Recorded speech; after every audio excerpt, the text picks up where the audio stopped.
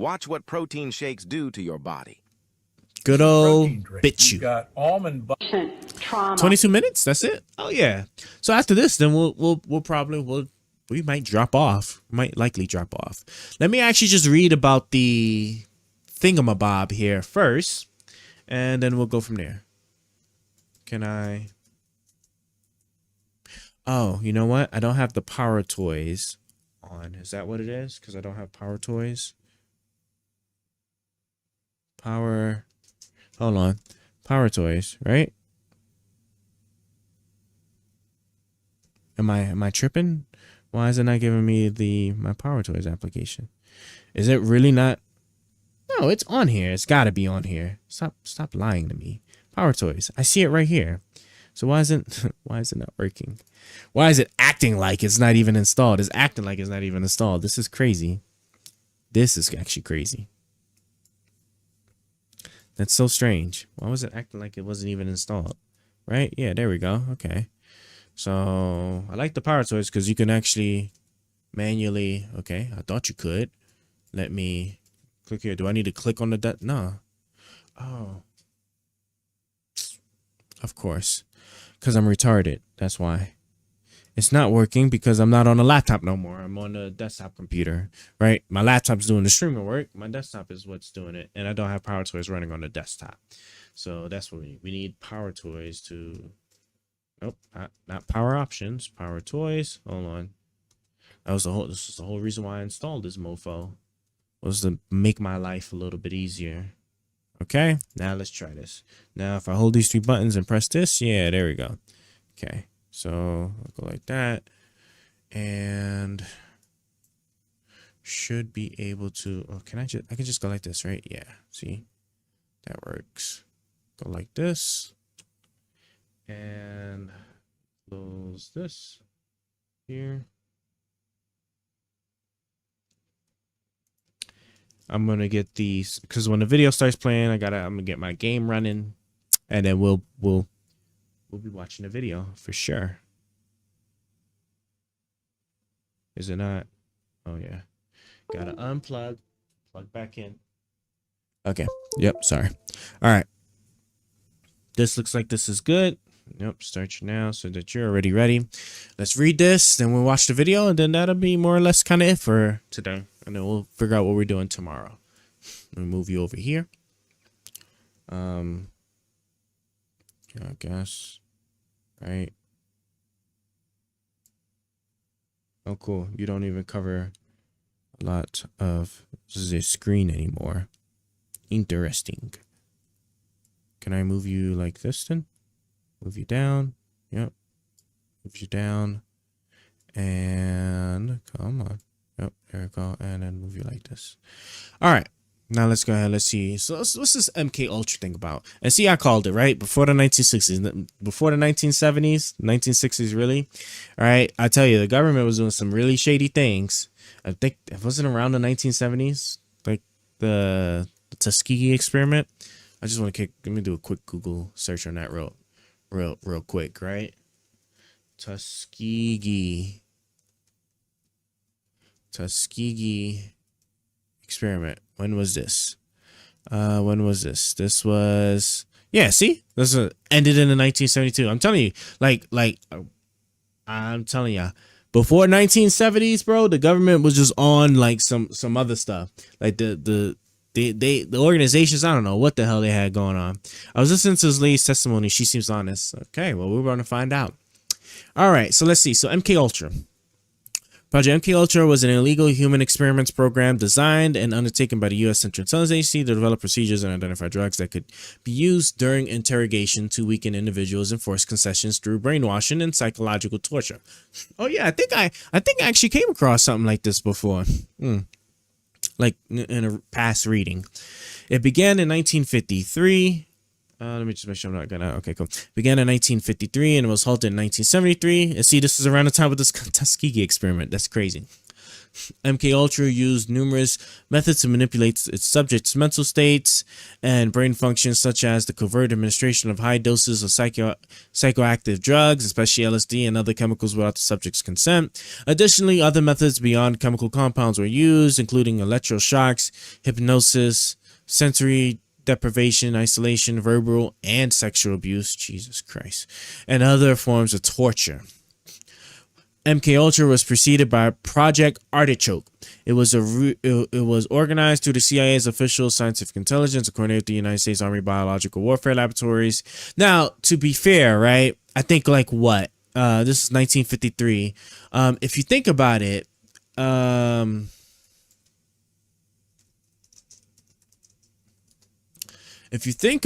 right? World War II like just recently ended. So 1945, and that was the creation of nuclear weapons. And then we had the Cold War, right? So 1945, World War II ends, and nuclear weapons are just created.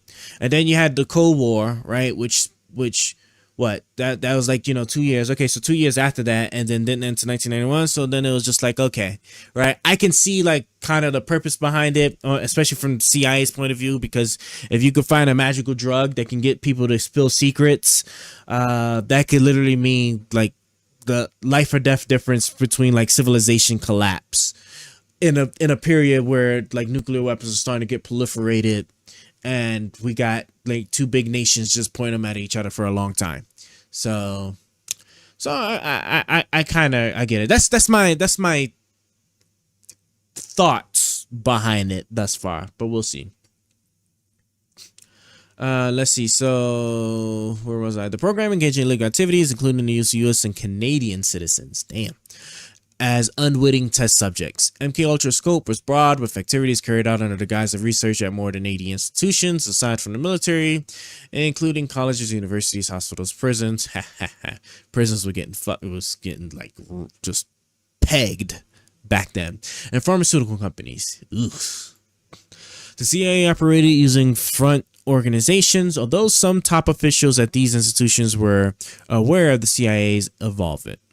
Of course they were. MKUltra was revealed to the public in 1975, because this was also around the time the Tuskegee thing kind of blew up, by the Church Committee of the United States Congress and General Ford's United States President's Commissions on CIA Activities within the United States and Rockefeller Commission. Investigative efforts were hampered by CIA Director Person order that all MKUltra files be destroyed in 1973. The Church Committee and well, it's kind of crazy that that man destroyed the files. Interesting. The Church Committee and blah blah blah commission investigations relied on the sworn testimony of direct participants and on the small number of documents that survived Helm's order. In 1977, the Freedom Information Act requested to uncover a cache of 20,000 documents relating to MKUltra, which led to Senate hearings. Some surviving information about MKUltra was declassified in 2001. Yeah, the government, let's see. Yeah, the government will probably create a new playbook. It's not working anymore.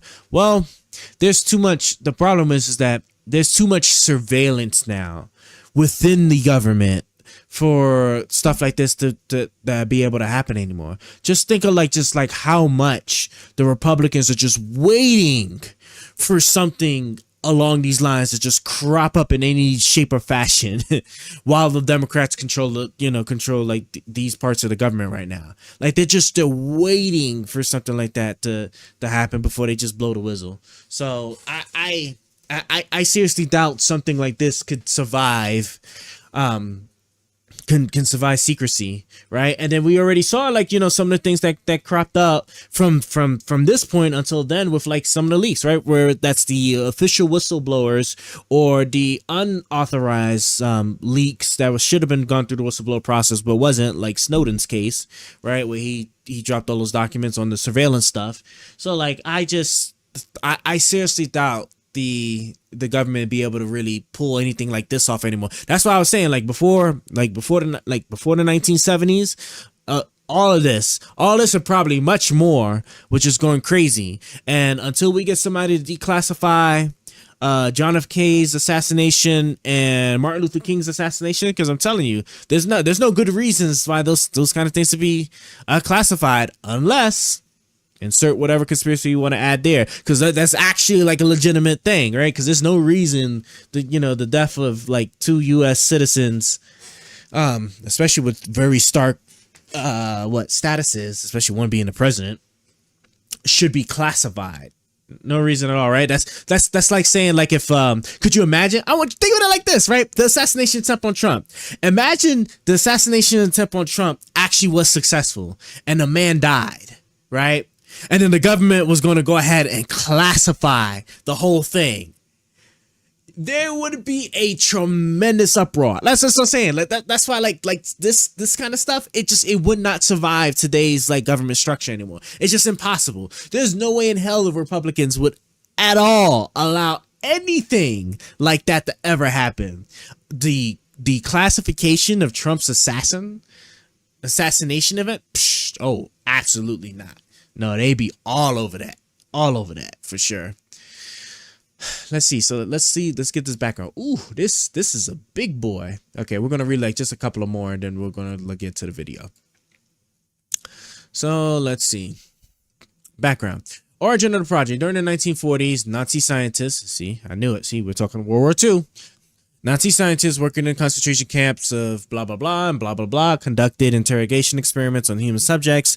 Substances such as barbiturates, morphine derivatives, probably crazy, and hallucinogens such as mescaline were employed in experiments conducted on Polish, Czechs, Jewish, Soviet, and other nationalities, prisoners of war, which aimed to develop a true serum, which would, in the words of one laboratory assistant to the child scientist, this person, eliminate the will of the person examined. American historian blah blah blah argues that the CIA project was a continuation of these earlier Nazi experiments, citing the numerous German scientists who were hired to work for the U.S. as part of Operation Paperclip. What the hell is Operation Paperclip? Let's just get a quick look at what the hell that was. Let's see. Operation Paperclip was a secret United States intelligence program in which more than 600 German scientists, engineers, and technicians were taken from former Nazi Germany to the U.S. for government employment after the end of World War II in Europe. Oh, okay. So we hired these people. That's kind of stupid. Well, I guess the Germans did like have like some really good military machinery that they developed before like we did. So I guess sort of. But like if you thought for one moment that these mofos won't then just like taking like whatever intelligence from us and sending it back to whoever, like you're out of your mind. You're absolutely out of your mind. This was a stupid I personally I think this was a stupid idea without like some really strong safeguards, which since we're talking about back then, there weren't no such safeguards like we have now with surveillance and being able to monitor the traffic and whatnot. Let's see. Operation Paperclip was hiring Nazi scientists. Yeah, so that's just kind of crazy though. That's kind of crazy. But I guess looking back at it, back in those times, excuse me. Oh my gosh, man, sniffles. Looking back at it, I guess, you know, I mean, it was the best thing he had at the time, so I guess it makes sense to do it. But like in today's terms, this would be a horrible idea. So, yeah, no, it's the saying. Like back then, it was like a really good idea. I had to like remind myself. I got to look at it at back in the day lenses and not today's lenses. Today's lenses would be crazy to do something like that, without serious lockdown. You gotta really lock that stuff down if you're gonna sit there. You're gonna employ the enemy. That's like saying that, oh yeah, you know, we're gonna go ahead and we're gonna hire some Iranian scientists to come work for our nuclear facilities because the Iranians might have discovered like how to operate a nuclear plant a little bit more efficient or this and that, and not imagine for 1 second that they're not going to try to steal any type of nuclear secrets to send back to Iran. Like you're crazy if you don't think that's going to happen. So, but you know, this is back in the day times, right? That they doing this. So I gotta keep that in mind. Okay. American interest in drug-related interrogation experiments began in 1943 when the Office of Strategic Services began developing a truth drug that would produce uninhibited truthfulness in an interrogated person. In 1947, the United States Navy initiated Project Chatter, an interrogation program which saw the first testing of lysergic acid diethylamide, LSD. Oh, so that's LSD. So that's what LSD is on human subjects. Jesus Christ. In 1950s, the CIA, under the direction of General this person, initiated a series of interrogation projects involving human subjects, beginning with the launch of Project Bluebird, officially renamed Project Artichoke on August 20, 1951. Directed and overseen by the Brigadier General, the objective of Artichoke was to determine whether an individual could be made to involuntarily perform an act of attempted assassination. Morphine, mescaline, and LSD were all administered on unknowing CIA agents in a... Oh my God, bro. If you just imagine, like, this is why, like, it makes sense to me why, like, certain jobs, like, being an FBI agent that sits there that works the field, or being a Secret Service agent that has to sit there and put your body in front of bullets when the president or whoever you're protecting is getting shot at. Like, these are just jobs, like, I don't know how regular people would ever want to have. Whenever I see an opening for a special agent for the FBI, the first thing that actually comes into my mind is that, okay, a special agent just got knocked off somewhere, right? He was in whatever place, whether he was like doing some deep undercover drug stuff or whatever, and he got popped. So now we got a new opening for a special agent for whoever wants to take that one. It's crazy. But bro, they're doing this on the CIA agents. In an attempt to produce amnesia in the subjects, is this so that, wait, so was the intent was that if they were to get in danger of being captured, they could just pop a pill and then like they'll actually have legitimate amnesia, so it wouldn't matter no matter how much torturing that they would go through, they legitimately don't know because they have amnesia. That's smart, but that's crazy, because I don't even know if that's even reversible or anything like that. Yeah, making Manchurian candidates so they turn off. Jesus, it's terrible. Let's see. Project Artichoke aimed to employ certain viruses such as dengue fever as potential incapacitating agents. Dengue fever, right, was what exactly? Stop getting in my way. Is a mosquito-borne disease caused by dengue virus, prevalent in tropical and subtropical areas. It is frequently asymptomatic. Its symptoms appear, they typically begin 3 to 14 days after infection. They may include high fever, blah, blah, blah, all these different things. Recovery takes 2 to 7 days. In a small proportion of cases, the disease develops into severe dengue, which is known as dengue hemorrhagic. Oof, that sounds terrible. With bleeding, low levels of blood plasma leakage, and dangerous low blood pressure. That sounds horrible. What the hell? Well, as an incapacitating agent, that's stupid. Well, I guess maybe because they didn't understand the virus all that well. Because if it takes that long, then it wouldn't work very well as an incapacitating agent, right? Because like it would take an amount of time, and then this is. Like this part right here is only for like a small percentage of cases. So then even if this like happened the next day, there's no guarantee that you would even get this person to even hit this stage of the virus. So it's dark. Don't research what the US does. Oh no, like well, I mean, we obviously know like the US did like all kinds of just crazy things. But man, let us continue. So, aims and leadership. The project was headed by this person, but began on the other CIA director, that person. Its aim was to develop mind-controlling drugs for use against the Soviet bloc in response to alleged Soviet, Chinese, and North Korean use of mind control techniques on U.S. prisoners of war during the Korean War. See, I was right. Like, see, we're talking after World War II, and this is going to be, like, in that span of, like, just the whole Cold War era. The CIA wanted to use similar methods on their own captives and was interested in manipulating foreign leaders with such techniques. You know something? Quick question. Do you think that it is okay that if the enemies are doing questionable things to U.S. prisoners, that we should just go ahead and also do questionable things to prisoners of their people in order to potentially extract the same information. In my mind, it's on, and don't get me wrong, it's very immoral and almost for sure illegal. But if you ever get word that like the enemy is sitting there, yeah, all's fair in love and war. If you ever get word that the enemy is sitting there and they're interrogating the ish out of your people to extract information, I don't see why you don't do the same thing. Honestly, right?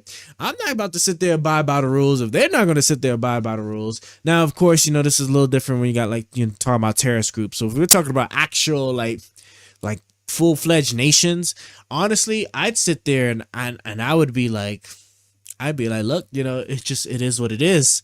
Just try to keep it on the wraps as best you can, and you start waterboarding or whatever like crazy ish you got going on. Just it is what it is.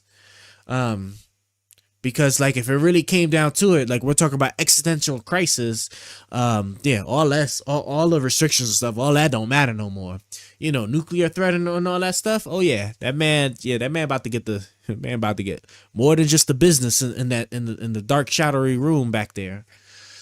But I think those restrictions should probably just be ignored if we get great intelligence saying that the other people are doing the same thing, which they probably are anyway. I mean, they honestly probably are.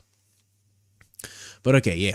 So I do understand that this Project Ultra, MKUltra thing was just so we could just try to be able to extract information as easy as possible, whether there's some type of chemical agent or something that would either like really tear somebody up to the point where like they like would just have to divulge because they don't want to suffer no more, or which was probably the real goal of the program, was to sit there and just a drug that could actually just render somebody to just give up the secrets, like Wonder Woman's lasso type of like effect, where like they gotta tell us or they would tell us type of a thing. So that's why hypnosis and stuff that they were trying. It's like, okay, all that makes sense.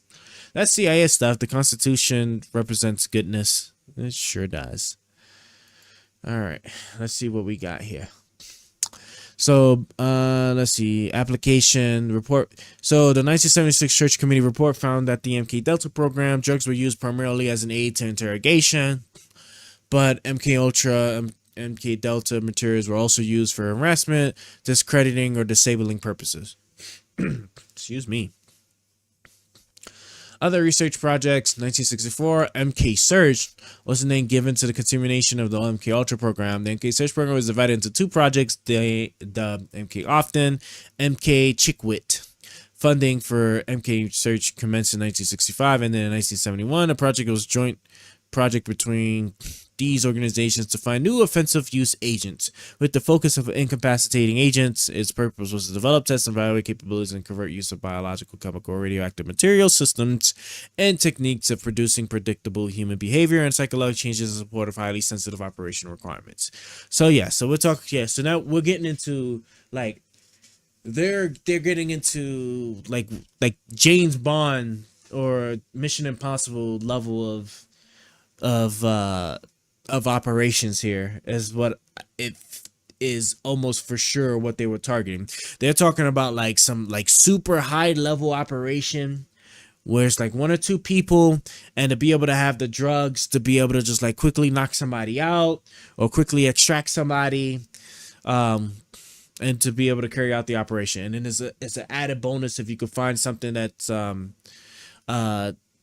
has some like really important mental effects that would aid in like your ability to collect information. So cool stuff. Okay, well, so we have a good decent understanding of what MKUltra was. I can't believe LSD was created. It was created by the CIA. I love it. And so and then then you get, here goes what is it, war on drugs, right? Because this is where these conspiracies, so here go the origins of where a lot of these conspiracies come from now, right? Because like, where do all these drugs come from? I mean, the government technically were the first ones to make them. I wonder like what happened after that, how the productions work. I took LSD, it was fun. Oh, that's cool. I have not, and I probably won't ever. So We'll see how that plays out in our near future. But let's go ahead and let's look at this video now. So, this one's Project Monarch, testimony against the NWO and the Clinton machine.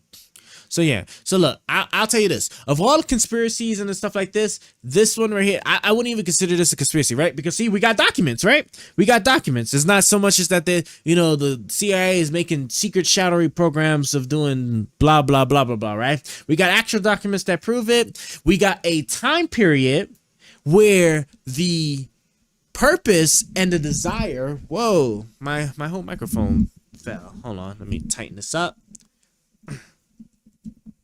Right, we got a time period where the necessity for something like this was completely understandable. I don't want to necessarily go as far as saying justifiable, but was likely used as a justification back then, right? Because we're talking Cold War era.